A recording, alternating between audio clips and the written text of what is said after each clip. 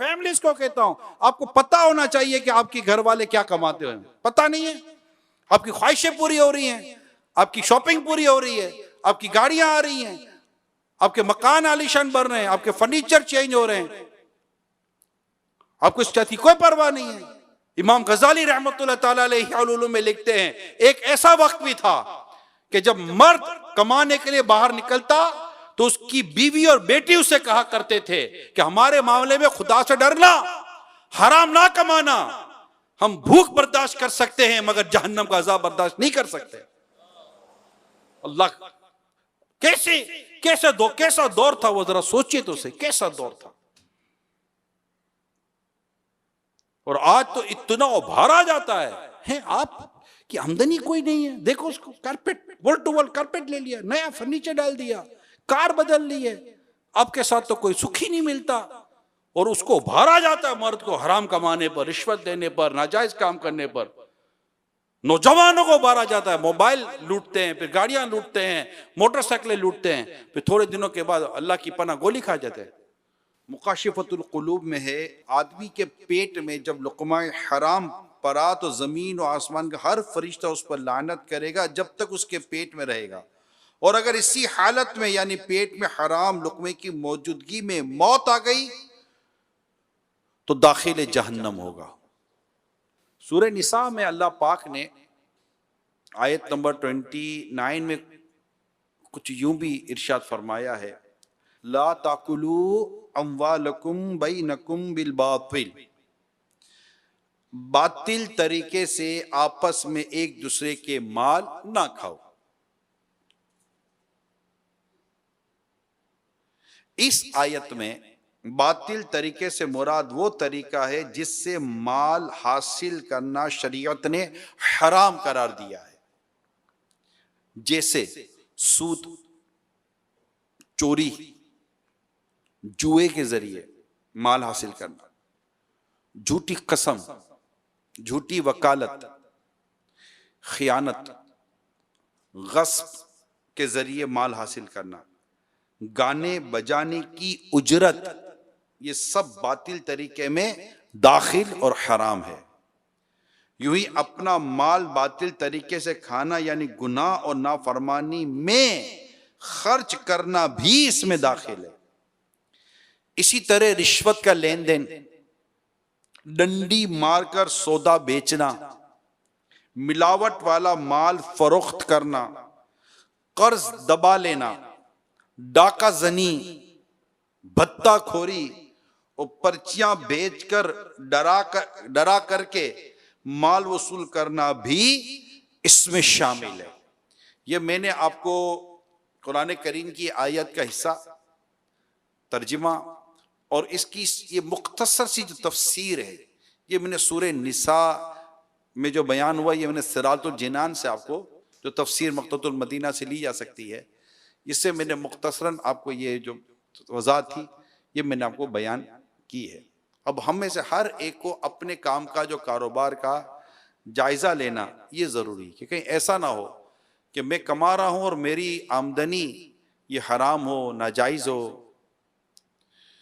غیر شرعی، اللہ کی پناہ، یا میرا جو انداز، میری جو تجارت ہے اس سے جو آمدنی ہے، یا میں جو جاب کرتا ہوں اس سے جو آمدنی ہے، یا میں جو سروس پرووائڈر ہوں اس سے اگر کوئی ایسی میری آمدنی، اگر وہ سب کا جائزہ لینا ہے کہ میری آمدنی حرام نہ ہو.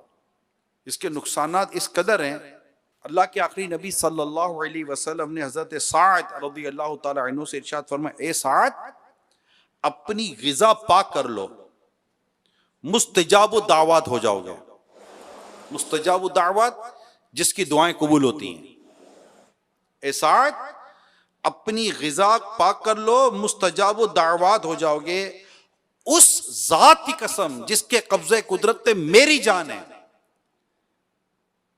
اس ذات کی قسم جس کے قبضے قدرت میں محمد صلی اللہ علیہ وسلم کی جان ہے، بندہ حرام کا لقمہ اپنے پیٹ میں ڈالتا ہے تو اس کے 40 دنوں کے عمل قبول نہیں ہوتے. جس بندے کا گوشت حرام سے پلا بڑا ہو اس کے لیے آگ زیادہ بہتر ہے. تو اب بات پیارے اسلام بھائی جو یہ ہمیں دیکھنی ہے کہ ہمارا جو آمدنی کا جو ذریعہ ہے وہ کیا ہے. اگر وہ خدا نہ خواستہ حرام ہے، ناجائز ہے، جو ہم جاب کر رہے ہیں، وہ جاب جو کام کر رہے ہیں وہ ناجائز ہے. مزدوری میں بھی ڈنڈی مارتے ہیں لوگ، ایک سے ایک ڈنڈی مارتے ہیں. مزدوری کرتے ہیں حالانکہ ڈنڈی مارتے ہیں. 8 گھنٹے کی ان کی بات ہوتی ہے اور ان کی جو سروس ٹائمنگ ہوتا ہے، جو وہ کام کر رہے ہوتے ہیں. یعنی اتنی پرابلم ہے لیبر کی طرف سے، مزدوروں کی طرف سے. گھر میں بلاؤ تو نکلتے نہیں ہیں، تو وہ کام دو تو آہستہ آہستہ آئیں گے، چائے پئیں گے، سگریٹ پئیں گے، ادھر دیکھیں گے، تھوڑا کام کریں گے، پھر بیٹھیں گے، پھر یہ کریں گے، پھر وہ کریں گے. اتنی کمپلینس تھیں اللہ کی پناہ، اور مزدوری پوری لے لیں گے. اور اگر خدا نہ خواستہ یہ وقف کے ادارے میں اگر ایسا کر رہے ہیں تو ان کا بنے گا کہ وہاں تو کوئی معاف بھی نہیں کر سکتا.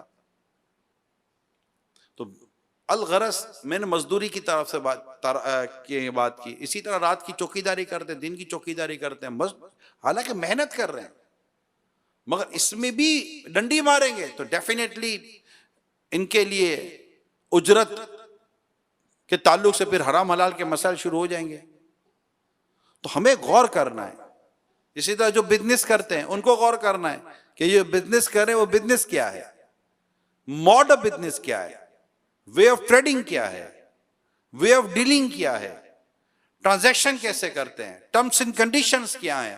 اگر کوئی کانٹریکٹ سائن کر رہے ہیں تو وہ کانٹریکٹ کس سے آپ نے پروف کروایا کہ یہ کانٹریکٹ میں جتنی کنڈیشنز لکھی ہوئی ہیں، ٹرمز اینڈ کنڈیشن آپ نے دیکھی ہوگی. بعض اوقات فارم آتا ہے، فارم کے پیچھے لکھا ہوتا ہے ٹرمز اینڈ کنڈیشنز، اور اس کے نیچے ہوتا ہے کہ سائن کر دیں. ہم لوگ سائن کر دیتے، ہم نے پڑھا ہی نہیں کہ ٹرمز اینڈ کنڈیشن میں لکھا ہوا کیا ہے. جائز کنڈیشن لکھی ہے کہ ناجائز کنڈیشن لکھی ہے. معاہدہ تو ہو جاتے ہیں ہمارے تو، اور ہمیں پتہ ہی نہیں ہوتا. لین دین شروع ہو جاتی ہے، ہمیں پتہ ہی نہیں ہوتا.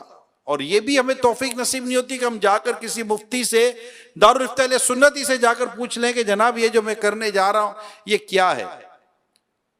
اور اگر مثال کے طور پر ہمیں یہ کہا جاتا ہے کہ اس کی کوئی صورت حلال ہے ہی نہیں، حرام ہے، ناجائز ہے، آپ کو چھوڑنا پڑے گا، اور ہمارے پاس اس کی کوئی حلال صورت ہے ہی نہیں، تو ہم چھوڑ دیں گے. ہم کیوں حرام کمائیں گے؟ اللہ تعالیٰ رزق دینے والا ہے، وہ رزاق ہے. ہم اس کی رضا کے لیے ایک دروازہ، اس کی رضا پر ہم کام چھوڑیں گے، ایک دروازہ بند ہوتا ہے، اللہ تعالیٰ اپنے اس بندے پر 100 دروازے کھول دیتا ہے. رزق تو اللہ تعالیٰ کے ذمہ کرم پر ہے نا. اب دیکھیے پارہ 22ویں پارے کی پہلی آیت میں اللہ فرماتا ہے وَمَا مِن دَابَّةٍ فِي الْأَرْضِ إِلَّا عِلَى اللَّهِ رِزْقُهَا. ترجمہ کنز الایمان، اور زمین پر چلنے والا کوئی ایسا نہیں جس کا رزق اللہ کے ذمہ کرم پر نہ ہو.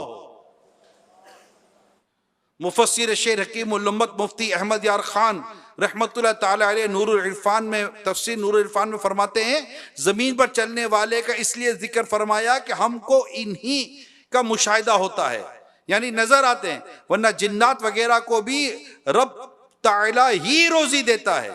اس کی رزاقیت صرف حیوانوں میں منحصر نہیں، پھر جو جس روزی کے لائق ہے اس کو وہی ملتی ہے. بچے کو ماں کے پیٹ میں اور قسم کی روزی ملتی ہے، اور پیدائش کے بعد دانت نکلنے سے پہلے اور طرح کی، بڑے ہو کر اور طرح کی روزی ملتی ہے. تو رزق تو اللہ تعالیٰ عطا فرماتا ہے. تو ہمیں اللہ پاک کی رضا کے لیے صرف اور صرف رزق حلال کمانا ہے. بس حلال روزی کے تعلق سے نبی پاک صلی اللہ علیہ وسلم کے مبارک ارشاد سنیے.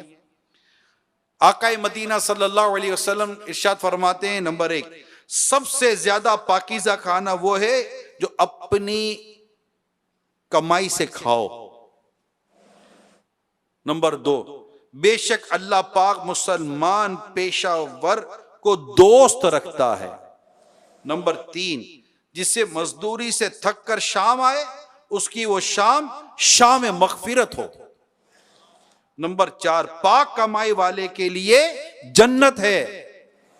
نمبر 5، کچھ گناہ ایسے جن کا کفارہ نہ نماز ہو، نہ روزے، نہ حج، نہ عمرہ. ان کا کفارہ وہ پریشانیاں ہوتی ہیں جو آدمی کو تلاش معاش حلال میں پہنچتی ہیں.